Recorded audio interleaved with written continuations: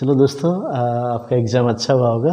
तो question number 2 में जो फिल इन द ब्लैंक्स है फर्स्ट पार्ट, तो ये मैं सॉल्यूशन यहाँ पर देख सकते हैं। तो आप अपना आंसर भी वेरीफाई कर सकते हैं।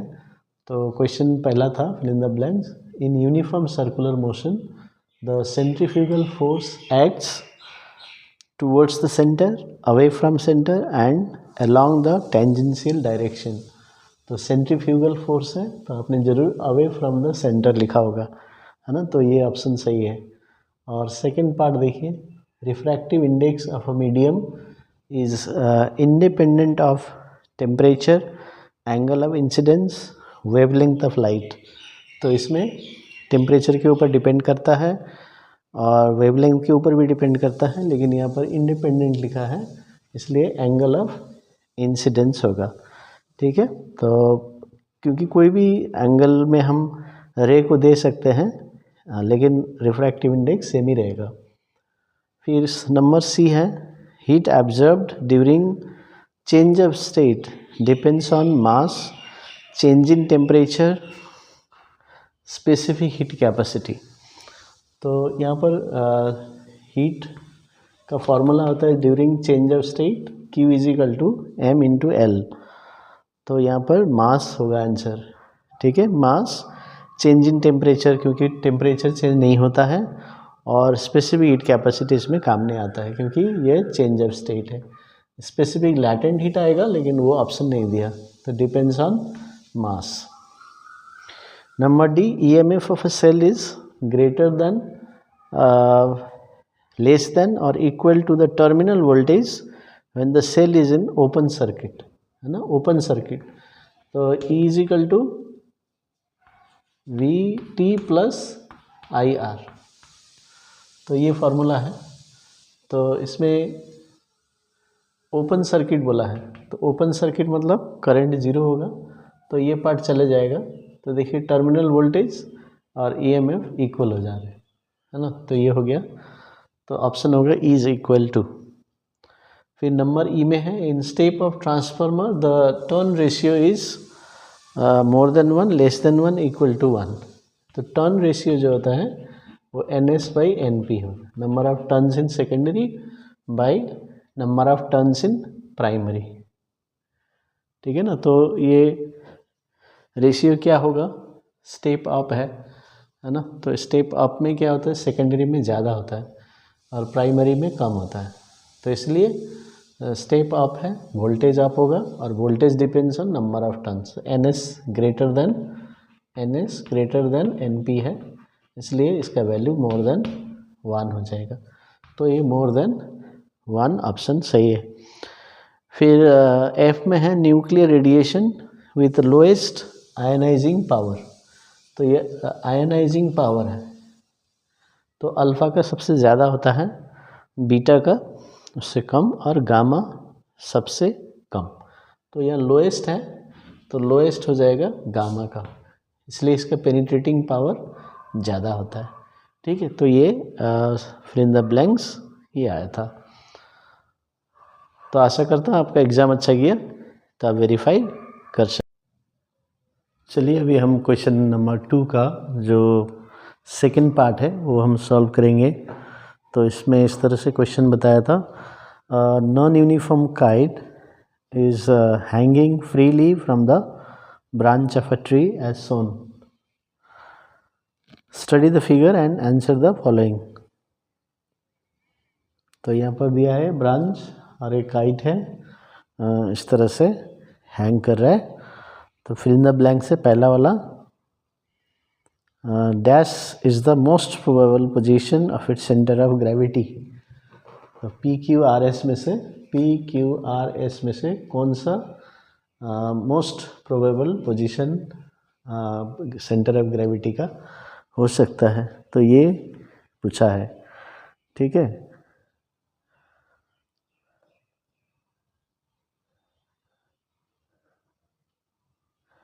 तो अभी यहाँ पर काइट हैंग कर रहा है ना, तो आंसर होगा R।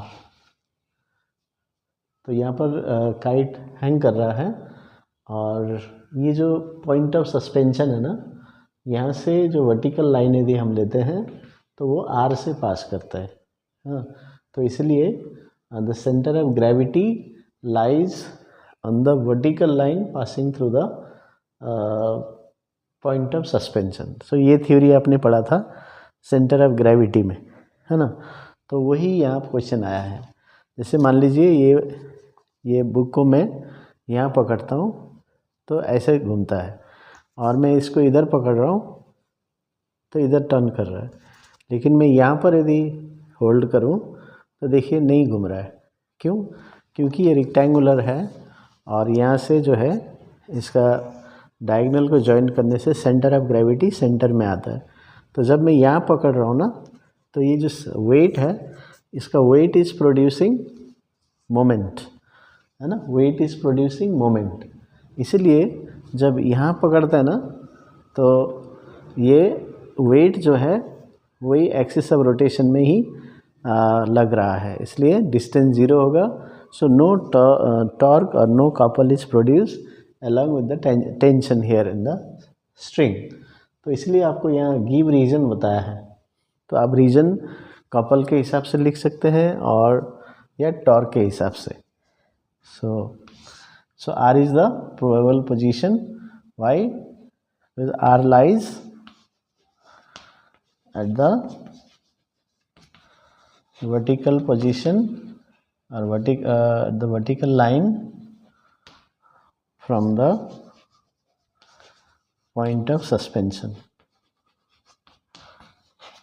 Point of suspension.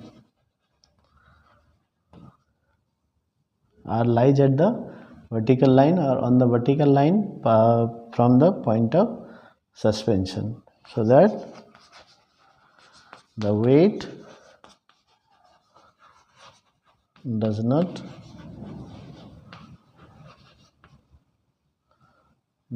produce torque या मोमेंट ऑफ फोर्स। तो ये लिख सकते हैं। तो इस तरह से जो काइट है वो बैलेंस्ड पोजीशन में रहेगा।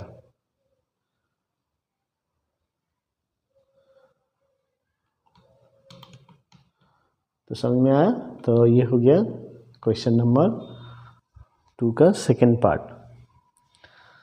तो इसलिए जो बेसिक आपने पढ़ा था उसी के आधार पर ये क्वेश्चन पूछा गया है। अभी देखिए नेक्स्ट पार्ट में जाते हैं।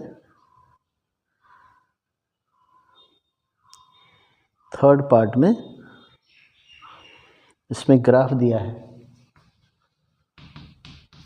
ग्राफ दिया है displacement time graph of a sound produced by vibrating wire, displacement time graph. तो ये अभी क्वेश्चन है। Question: how will you adjust the tension in the wire to reduce the length of PR? तो देखिए कितना application करके concept करके बताया है, क्वेश्चन पूछा है।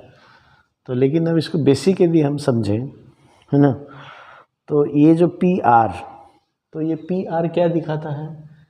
ये एक्स एक्सिस में कौन सा वेरिएबल है? टाइम। तो ये PR टाइम दिखाता है, टाइम। ठीक। अभी reduce the length of PR, तो PR रिड्यूसेस, तो इसका मतलब टाइम रिड्यूसेस। अब टाइम रिड्यूसेस तो हमारे पास फ्रीक्वेंसी कॉन्सेप्ट है F is equal to 1/T, so F increases.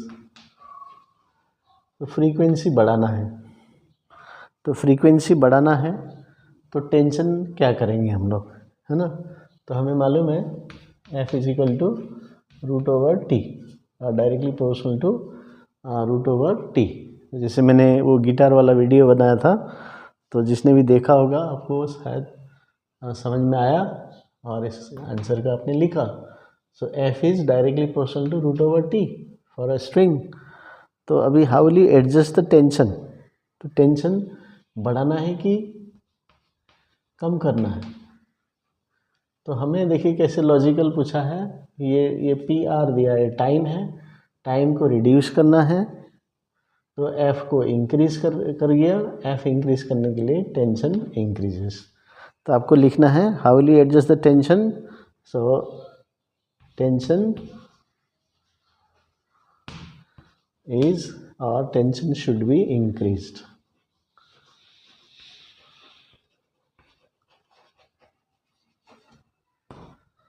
तो ये आंसर है, tension should be increased as F is directly proportional to root over T.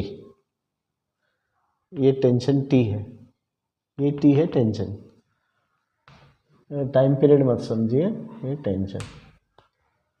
Okay, अभी what characteristic of sound is affected by the reduction in the length of P R, है ना। What is, how is the characteristic of sound affected. तो अभी यहाँ पर time कम कर दिया तो फ्रीक्वेंसी बढ़ गया, तो फ्रीक्वेंसी चेंज हुआ, है ना। एम्पलीट्यूड सेम ही रहेगा, तो कौन से कैरेक्टरिस्टिक है, लाउडनेस आप सोच सकते हैं, पिच, फिर क्वालिटी। तो तीन में से कौन सा फैक्टर यहाँ पर चेंज हो रहा है, किसका फैक्टर। एम्पलीट्यूड चेंज नहीं हो रहा है, फ्रीक्वेंसी चेंज हो रहा है क्योंकि टाइम पीरियड कम कर दिया, तो फ्रीक्वेंसी चेंज हो गया, तो कौन सा कैरेक्टरिस्टिक चेंज होगा। तो फ्रीक्वेंसी के ऊपर कौन से कैरेक्टरिस्टिक आपने पढ़ के गया, है ना, तो वो है पिच। और श्रीलनेस भी लिख सकते हैं, कोई एक ही लिखिए, दोनों लिखने का जरूरत नहीं है। तो पिच और श्रीलनेस, है ना। तो ये हो गया क्वेश्चन नंबर 2 का आंसर।